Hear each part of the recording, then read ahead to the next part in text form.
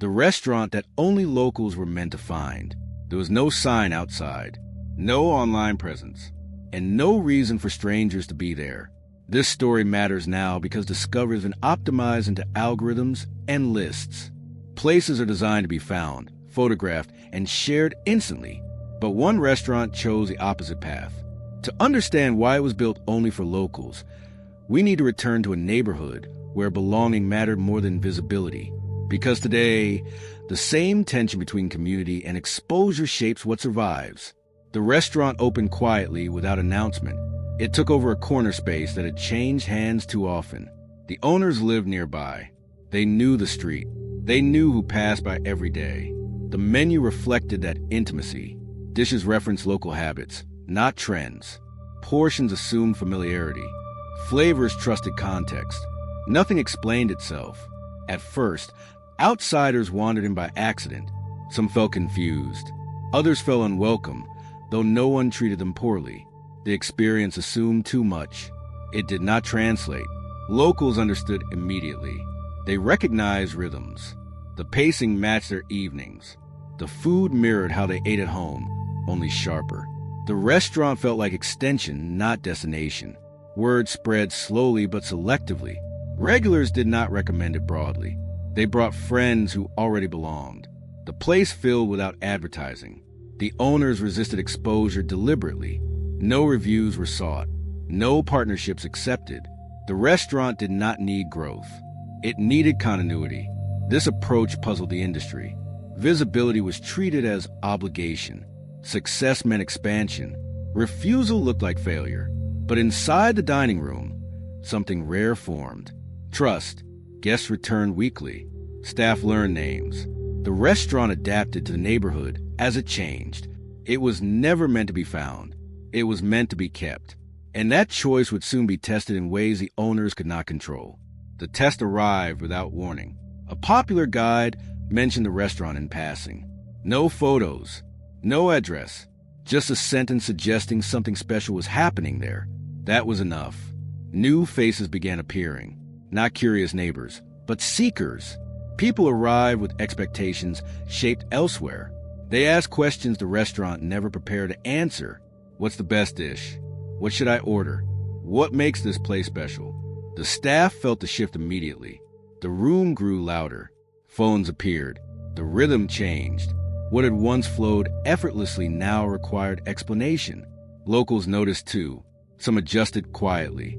Others stopped coming as often. The restaurant that felt like theirs was becoming something else. The owners faced an uncomfortable truth. They could not control discovery forever. Once found, a place is changed by who enters it. They debated their options, embrace the attention, expand hours, adjust the menu, or reinforce boundaries and risk misunderstanding. They chose boundaries. The menu tightened. Portions remained the same.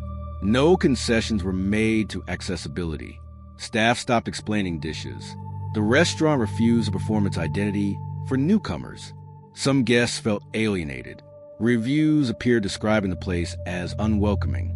The owners did not respond. Hospitality was never withdrawn. It simply remained unchanged. Gradually, the message clarified. This was not a place to be decoded. It was a place to be part of. Visitors who returned learned the rhythm. Others moved on. Locals came back slowly, sensing the effort to protect what mattered. The restaurant accepted smaller rooms, quieter nights, fewer headlines, because preserving community required sacrifice, and sacrifice, when intentional, can restore balance. The story now moved toward its final reckoning. The reckoning came not through closure, but through choice. The restaurant realized it could not be everything to everyone without losing itself entirely. The owners made adjustments that outsiders barely noticed, but locals understood immediately. Hours shifted to match neighborhood rhythms again. Reservations were limited. Walk-ins favored familiarity. The room grew quieter. Some visitors accused the place of gatekeeping. Others called it stubborn. But the restaurant was not defending exclusivity. It was defending context. Food designed for one rhythm collapses when forced into another. Inside, relief spread. Staff stopped performing explanations. Service returned to instinct. The dining room breathed again. Locals reclaimed the space naturally. Conversations returned to shared references. The restaurant became less interesting to talk about and more comforting to return to. The industry eventually lost interest. Without spectacle or growth, the restaurant faded from guides and lists. That absence felt like victory. What remained was something fragile, but resilient, a place defined by relationships instead of reach, by repetition instead of discovery. The owners understood that locality is not about geography. It is about intention, about deciding who something is for, and having the courage to stay aligned. The restaurant had survived being found. Now it had to survive being itself. And that survival would shape its quiet conclusion. The conclusion arrived without announcement, just like the opening. The restaurant did not reclaim exclusivity. It reclaimed ease. Over time, it stopped being discussed as a discovery. It became part of routine, a place people drifted into after work, a table that didn't require anticipation, a room that didn't need explaining. Newcomers still arrived occasionally. Some adapted, some didn't. The restaurant no longer adjusted itself in response. It trusted its rhythm completely. That trust became its strength. By refusing to translate itself endlessly, the restaurant preserved something increasingly rare, belonging without performance. Years later, it still exists. Not larger, not louder, just present. Its success measured in familiarity rather than reach. In a world optimized for exposure, this story offers a quiet alternative. Not everything needs to be found. Not everything needs to scale. Some places matter because they stay small enough to remember your name. And sometimes the most meaningful spaces are not hidden. They are simply not calling out to you. What the local restaurant also reveals is something about the difference between two kinds of belonging. There is belonging that comes from access. You are here. You have found the place. You have the experience that others are seeking. That belonging is real, but it is competitive. It depends on others not having it, on scarcity, on the satisfaction of having found what was difficult to find. And it disappears the moment the place becomes easy to access.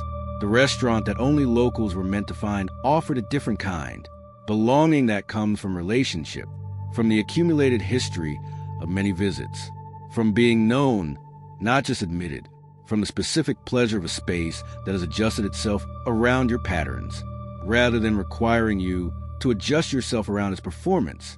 That kind of belonging deepens over time rather than fading. It does not depend on others being excluded. It depends only on your own continued presence, on showing up enough times that your presence becomes part of what the restaurant is. This is what the visitors who arrived after mentioning the guide could not buy, not because they were unwelcome, but because belonging of this kind cannot be purchased or even sought. It can only be accumulated, visit by visit, season by season, year by year. The visitors wanted to feel what the regulars felt. But what the regulars felt was a product of time and repetition, of the dozens of evenings that preceded any particular one, of knowing what would be on the menu before looking, of being able to order without deciding, of the ease that comes only when familiarity has dissolved the friction of novelty. That ease cannot be shortcut. It cannot be obtained by arriving with the right credentials or the right level of enthusiasm. It arrives only through the patient accumulation of presence, which is why the restaurant's deepest protection against being overwhelmed by new attention was not any deliberate policy of restriction. It was simply the nature of what was offering, something that takes time. And in a culture of instant access, time is the one thing that cannot be scaled. The restaurant remained for those willing to invest it and continue to belong to them in the only way belonging actually works, through the undramatic accumulation of ordinary evenings. That is what makes some places irreplaceable, not exclusivity. Depth, and depth, unlike discovery, never fades. It only grows for those patient enough to return. And again, the rest